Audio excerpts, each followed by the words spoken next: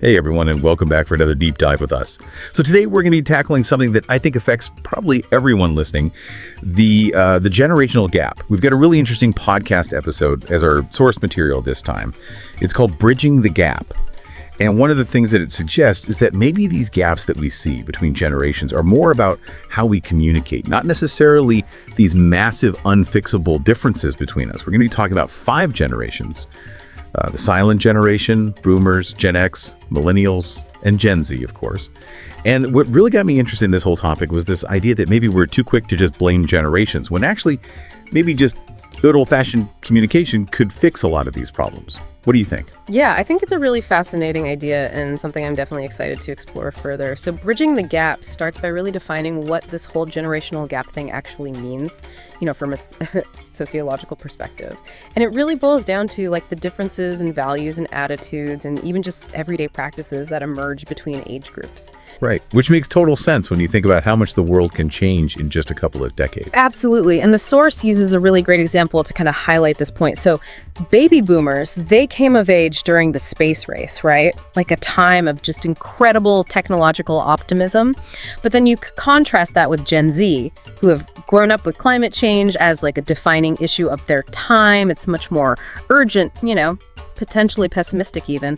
So it really highlights how that historical context really shapes a generation's outlook on the world. Yeah, it's almost like these huge events almost become part of like your identity in a way. Like I can still remember the excitement when the first iPhone came out. Yeah. And I bet someone from the silent generation would have a totally different memory tied to like the rise of television. Makes you wonder how many times we just blame a generational issue on something that's really just miscommunication. Yeah, exactly. Oh, and speaking of miscommunication, the host of Bridging the Gap actually shares a personal story in the episode that I think a lot of us can relate to. So they were talking to their grandmother about burnout, from working remotely, all those endless Zoom calls. And their grandmother, who worked in a time before computers were even like a common thing, just simply said, well, you're lucky. When I worked, I had to take 2 buses and punch a time clock. Oh, I've been there. Yeah. It's so easy to get defensive in those moments. Yeah. Like, they just don't get it, Yeah. They don't understand the struggles of our generation. Oh, it's totally natural. But the host realized that their grandmother wasn't trying to dismiss their experience, but rather just sharing her own. And it actually sparked a conversation about the camaraderie of the office for older generations versus the always online pressure for younger folks. And ultimately, neither experience was better or worse, just different. And I think that shift in perspective is what really bridges the gap, right? So what happened next in this story? Well, they both came away with a deeper understanding of each other's experiences, which I think perfectly illustrates that core message of the episode, that listening and sharing experiences is key. And Bridging the Gap goes on to highlight 3 major reasons why we should all care about bridging this generational divide. Okay, I'm all ears. What are those 3 reasons? They are collaboration, empathy, and progress. Big concepts, but they have very real implications for you. Let's unpack them one by one. So starting with collaboration. The source argues that different generations bring unique strengths to the table. Think about it. Boomers have decades of experience, and they often excel at that big picture strategic thinking. Gen Z, on the other hand, is known for tech savviness and a fresh, innovative perspective. Yeah, that's a powerful combination. Though I imagine it can also lead to clashes if not handled well. You're absolutely right, and that's where empathy comes in. Understanding someone's background, the world they came from, it fosters less judgment and greater compassion. So it's not just about tolerating differences, but actively trying to understand where those differences come from. Yeah, exactly. For instance, imagine a millennial working with a Gen X manager. The millennial might perceive the manager's direct communication style as harsh, while the manager might view the millennial's need for constant feedback as a lack of initiative. But understanding these differing work styles, which are often rooted in their generational experiences, can lead to a much more productive and harmonious working relationship. That's a really good example. And what about the last reason? Progress. I can see how learning from the past is crucial, but how does the generational gap play into that? Well, history is full of valuable lessons, both positive and negative. Older generations like the silent generation who lived through World War II, or boomers who witnessed the civil rights movement. They can share their experiences and their hard-won wisdom, which helps prevent younger generations from repeating those past mistakes. Yeah, it's like having a living library of knowledge at our fingertips. But I imagine it's not just a one-way street, right? What can younger generations offer in return? Well, they bring fresh ideas and solutions to the table. Think about how Gen Z's comfort with technology is driving innovation in fields like social media, e-commerce, even climate activism. Older generations might have the experience, but younger generations often have the energy and the tech skills to turn those ideas into reality. So it's like this two-way street, this continuous exchange of knowledge and experience that ultimately benefits everyone. I love that. Okay, so we've established why bridging the gap is important, but how do we actually do it? Bridging the gap has to give us some practical advice, right? They do. They break it down into 4 key strategies, and one that really stood out to me is the power of asking questions. All right, let's dive into that. I'm always up for learning how to ask better questions. What kind of questions are we talking about here? Well, the episode emphasizes open-ended questions, ones that encourage genuine conversation and sharing. Instead of jumping to conclusions about someone's life experiences, ask them about it. For example, instead of assuming you know what their school days were like, ask, what was school like for you when you were growing up? Or, to get a sense of their perspective on the world, try, what's the biggest change you've witnessed in your lifetime? I love those. So instead of making assumptions, we're inviting them to share their own experiences and perspectives, which can lead to some pretty amazing insights. I know I've been surprised by the answers I've gotten when I've taken the time to ask those kinds of questions. That's the beauty of it.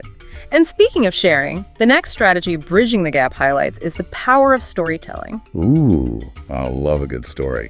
But how does that help bridge the generational gap? Well, storytelling is a universal language. It transcends age and background. It's about connecting on a human level, sharing those little moments that make us who we are. When we share our stories, whether it's a funny childhood memory or a challenging experience we've overcome, we create a space for vulnerability and empathy. And when we listen to other stories, we gain a window into their world. So it's not just about facts and opinions. It's about sharing those moments that make us human. Yeah. It's like we're building a bridge with words. That's a great way to put it. And speaking of bridges, the next strategy tackles something that can be both a bridge and a barrier between generations: technology. Oh, this is a big one. I can see how technology can connect us. But it can also be a source of frustration and misunderstanding. Like when my grandma asks me to fix your printer for the 100th time. It's all about finding the balance. The source encourages us to use technology wisely. For younger generations, teaching older family members how to use a new app or navigate social media can be a fun and bonding experience. It's a chance to share your knowledge and help them feel more connected to the digital world. Yeah, and I bet it works both ways. Like older generations can share their knowledge too. Yeah. Like with those physical photo albums or handwritten letters that younger generations might not have experienced as much. Exactly. There's a certain charm and nostalgia to those tangible forms of communication that can be really special to share. It's about finding that sweet spot between embracing new technology and preserving those valuable traditions of the past. Makes sense. Yeah. So that leaves us with the last strategy, and I have a feeling this is the most challenging one: patience. It's easy to say be patient, Yeah. but putting it into practice when you're frustrated by generational differences is tough. What are your thoughts on this one? You're right, it can be tough, especially when those differences lead to conflict or misunderstandings. Exactly. It's like, I get it, we all have different perspectives, but sometimes those different perspectives just drive me crazy. Yes, but remember, every generation has its own quirks and perspectives.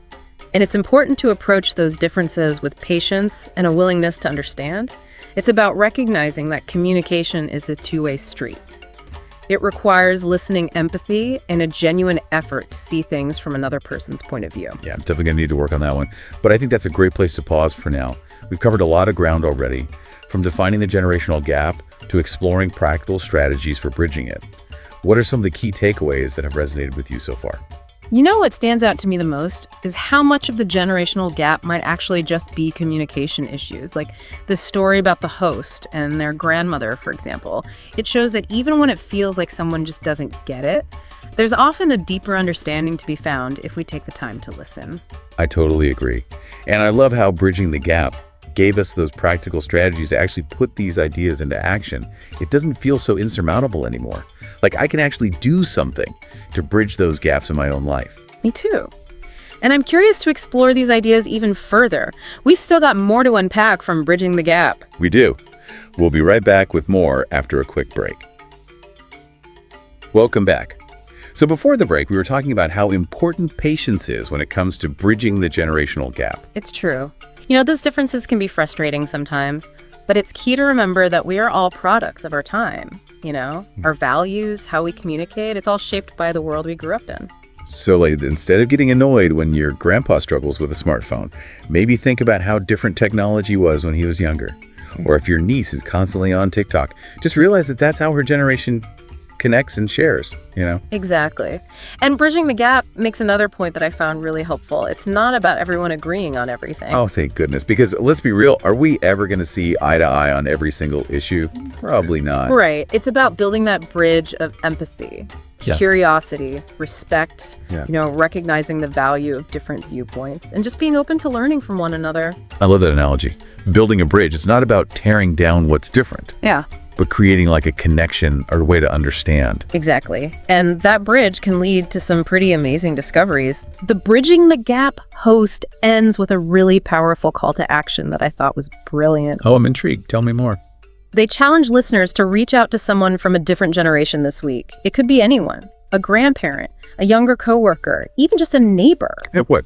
Just strike up a conversation? Yeah, but with intention.